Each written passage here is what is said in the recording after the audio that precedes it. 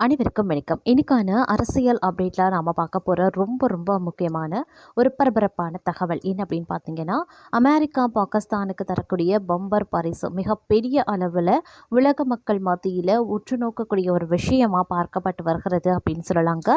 இந்த விஷயத்தில் லிங்க் 16 அப்படின்னு சொல்லப்பட்டிருக்கிறது. அப்படின்னா என்ன, அதனுடைய முழு விளக்கம் என்ன அப்படிங்கிறத பற்றியும், அதைத் தொடர்ந்து இந்தியாவிற்கு F-16 வந்து மிகப்பெரிய தலைவலியாக மாறி இருக்கிறது அப்படின்னு சொல்லலாம். அந்த F-16 என்ன, லிங்க் 16 என்ன அப்படிங்கிறத பற்றியும் நாம் தெரிஞ்சுக்க போகிறோம். இதை அடுத்து பல்வேறு பரபரப்பான உலக செய்திகளை தொடர்ந்து நீங்கள் தெரிந்த பலன் பெற வீடியோவை ஸ்கிப் பண்ணாமல் கடைசி வரைக்கும் பாருங்கள். வீடியோக்குள்ளே போகிறதுக்கு முன்னாடி இது வரைக்கும் நீங்கள் நம்ம சேனலை சப்ஸ்கிரைப் பண்ணலை அப்படின்னா உடனே சப்ஸ்கிரைப் பண்ணிக்கோங்க. அப்படியே பக்கத்தில் இருக்கக்கூடிய நோட்டிஃபிகேஷனுக்கான பெல் பட்டனையும் ப்ரெஸ் பண்ணிக்கோங்க. சரி நேயர்களே, வாங்க வீடியோக்குள்ளே போகலாம். பாகிஸ்தான் தன்னுடைய வசம் இருக்கக்கூடிய 75 F-16 ரக போர் விமானங்களை மேம்படுத்துவதற்காக அமெரிக்காவுடன் சுமார் 686 மில்லியன் டாலர் மதிப்பிருக்கக்கூடிய ஒப்பந்தத்தை விரைவில் மேற்கொள்ள இருக்காங்க. இது இன்றைய இந்திய மதிப்பில் 6203 கோடியாகும். இந்த ஒப்பந்த முன்மொழிவை அமெரிக்க அரசு தற்போது அந்நாட்டின் நாடாளுமன்றமான காங்கிரஸுக்கு அனுப்பியிருக்காங்க. அதாவது அந்நாட்டின் நாடாளுமன்றத்திற்கு ஒப்புதலுக்காக அனுப்பியிருக்கிறது. இதனை ஒரு மாத கால அவகாசத்திற்குள் நாடாளுமன்றம் அங்கீகரிக்கலாம் அல்லது நிறுத்தி வைக்கலாம் அப்படிங்கிறதே யதார்த்தமாகும் அப்படின்னு சொல்லலாம். அமெரிக்கா தர இருக்கக்கூடிய சுமார் 6300 கோடியில் பாகிஸ்தான் தனது வசம் இருக்கக்கூடிய 75 F-16 ரக போர் விமானங்களை மேம்படுத்த முடியும்.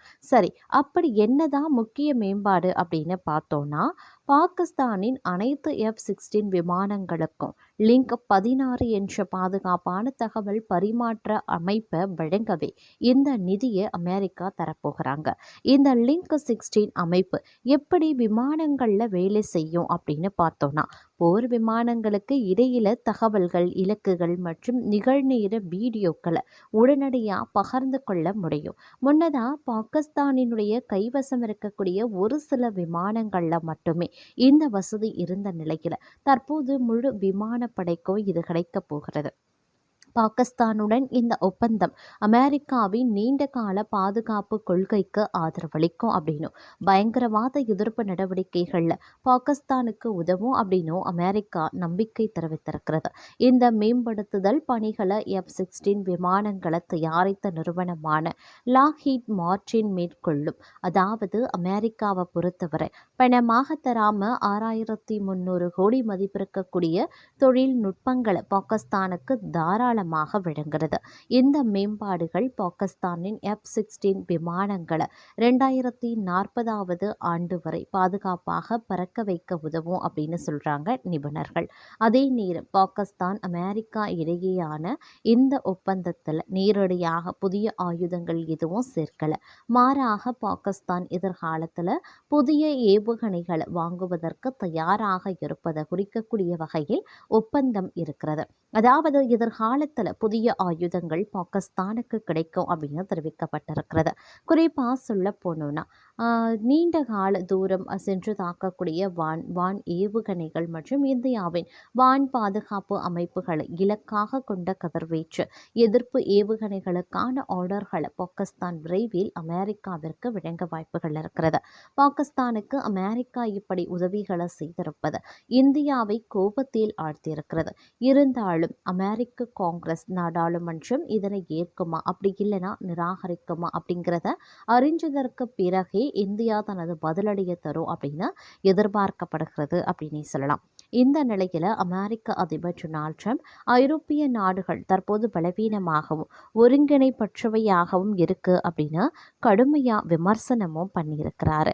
அது மட்டும் இல்லாமல் இது சர்வதேச அளவில் சர்ச்சையையும் ஏற்படுத்தியிருக்கிறது அப்படின்னு நான் சொல்லணும். ஐரோப்பாவின் பாதுகாப்புக்கு இனி அமெரிக்கா உத்தரவாதம் அளிக்க வேண்டியதில்லை அப்படின்னு ட்ரம்ப் நிர்வாகம் சில நாட்களுக்கு முன் அறிக்கை வெளியிட்டிருந்த நிலையில் தற்போது வெளியாகி இருக்கக்கூடிய அவரது கருத்துக்கள் ஐரோப்பா ஐரோப்பாவின் எதிர்காலம் மற்றும் உக்ரைன் போர முடிவுக்கு கொண்டு வருவது தொடர்பாக ட்ரம்ப் மற்றும் ஐரோப்பிய தலைவர்களுக்கு இடையேயான முரண்பாட்டை மேலும் அதிகரிக்க செய்திருக்கிறது. உக்ரைன் அதிபர் ஜெலன்ஸ்கி அமெரிக்கா முன்மொழிந்திருக்கக்கூடிய போர் நிறுத்த திட்டத்தின் சில அம்சங்களை ஏற்க மறுத்ததை குறிப்பிட்ட ட்ரம்ப், அவர் சமாதானத்துக்கான வாய்ப்புகளை கவனத்தில் கொள்ள தொடங்க வேண்டும் அப்படின்னு அறிவுறுத்தினார்.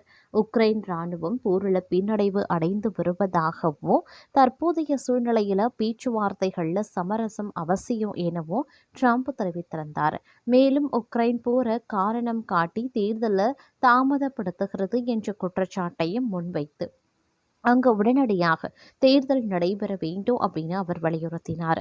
அமெரிக்காவின் புதிய திட்ட வரைவு ஜெலன்ஸ்கி இன்னும் படிக்கவில்லை அப்படின்னு குறிப்பிட்ட ட்ரம்ப், அதை அவர் கண்டிப்பாக படிக்க வேண்டும். ஏராளமான மக்கள் உயிரிழந்து வருகிறாங்க, அது அவருக்கு தெரிய வேண்டியது மிக முக்கியம் அப்படின்னு சொல்லியிருந்தார். மேலும் ரஷ்யாவை விட உக்ரைன் ஒரு மிக சிறிய நாடு அப்படிங்கிறதுனால ரஷ்யாவின் வெற்றி தவிர்க்க முடியாதது என்றும் ட்ரம்ப் கூறியிருக்கார். ரஷ்யாவின் கை ஓங்கி இருக்கிறது, அது எப்போதும் அப்படித்தான். அவர்கள் மிக பெரியவங்க, அவர்கள் மிகவும் பலமானவர்கள் அப்படின்னு ட்ரம்ப் கூறியிருப்பது உக்ரைன் மற்றும் ஐரோப்பிய நாடுகளிடையே கவலையை ஏற்படுத்தியிருக்கிறது அப்படின்னு தான் சொல்லணும். அது மட்டும் இல்லாம அமெரிக்கா, இந்தியா, சீனா, ரஷ்யா மற்றும் ஜப்பான் ஆகிய நாடுகள் இணைந்த C5 அப்படின்ற அமைப்பை புதிதாக தொடங்குவது குறித்து அமெரிக்க அதிபர் டொனால்ட் ட்ரம்ப் ஆலோசித்து வரதா தகவல் வெளியாகி இருக்கிறதுங்க. அதாவது அமெரிக்க ஊடகங்கள் இது குறித்து செய்திகளை வெளியிட்டிருந்தாங்க. அதில் ஐரோப்பாவை ஓரங்கட்டி விட்டு G7 அமைப்புக்கு மாற்றாக கோர் 5 அதாவது C5 என்ற புதிய அமைப்பை கொண்டு வரவும் ட்ரம்ப் திட்டமிட்டுள்ளதாக கூறப்பட்டிருக்கிறது. இந்த நிலையில் இந்த C5 அமைப்பு தொடர்பாக வெள்ளை மாளிகை அதிகாரி ஒருவர் கூறிய செய்தி என்ன அப்படின்னு பார்த்தோம்னா, C5 அப்படி இல்லைன்னா C7 என எதுவும் விவாதிக்கப்படவில்லை அப்படின்னும், இன்றைய சூழ்நிலையில் ஐநா பாதுகாப்பு கவுன்சில் அல்லது G5 உள்ளிட்ட அமைப்புகள் பொருத்தமானதாக இல்லை என்பது குறித்து விவாதிக்கப்பட்டதாக அப்படின்னு கூறியிருக்காரு.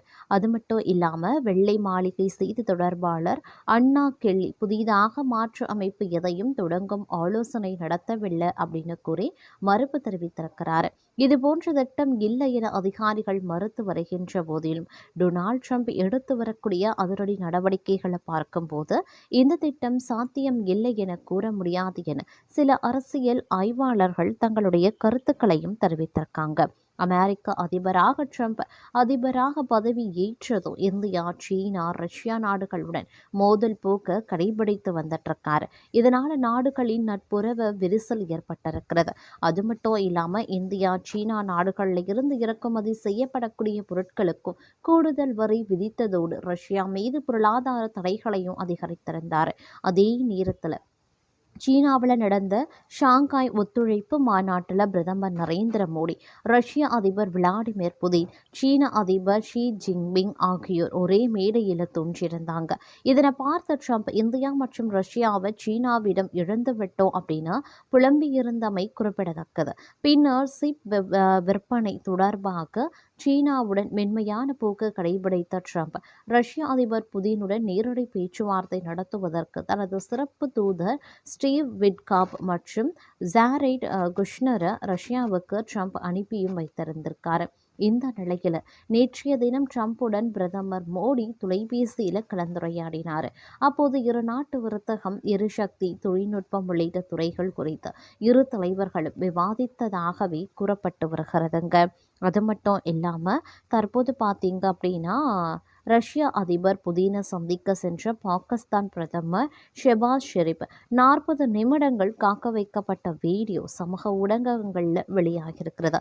இந்தியா, ரஷ்யா இடையே நீண்ட காலமாக வலுவான உறவு நீடித்து வந்துட்டு அதன்படி சீனா ஷாங்காய் ஒத்துழைப்பு அமைப்பு மாநாட்டில் ரஷ்ய அதிபர் புதின் மற்றும் பிரதமர் மோடி நேரில் சந்தித்திருந்தாங்க. அது மட்டும் இல்லாமல் கடந்த வாரத்தில் விளாடிமிர் புதின் 2 நாள் பயணமாக இந்தியா வந்து இரு நாடுகளுக்கு இடையிலான உச்சி மாநாட்டில் பங்கேற்றுவிட்டு நாடு திரும்பியிருக்காரு. இந்த சூழலில் பாகிஸ்தான் ரஷ்யாவுடன் நெருக்கமாக ஆர்வம் காட்டி வருகிறாங்க. அதாவது ரஷ்யா இந்தியாவுடன் நெருக்கமாக இருந்தாலும் ரஷ்யாவுடன் உறவை மேம்படுத்த விரும்புகிறோம் அப்படின்னு சீனாவில் புதினை சந்தித்த போது பாகிஸ்தான் பிரதமர் ஷெபாஸ் ஷெரீப் தெரிவித்திருந்தார். இந்த நிலையில் துர்க்மெனிஸ்தானில் சர்வதேச மாநாடு ஒன்று நடந்திருக்கு. குறித்த மாநாட்டில் அதிபர் புதின், துருக்கி அதிபர் எர்டோகன், பாகிஸ்தான் பிரதமர் ஷெபாஸ் ஷெரீப் உள்ளிட்டோர் பங்கேற்றிருந்தாங்க. அப்போ மாநாட்டின் இடையே புதின், எர்டோகன் ஆகியோர் தனி அறையில் நேரடி பேச்சுவார்த்தை நடத்தியிருந்தாங்க.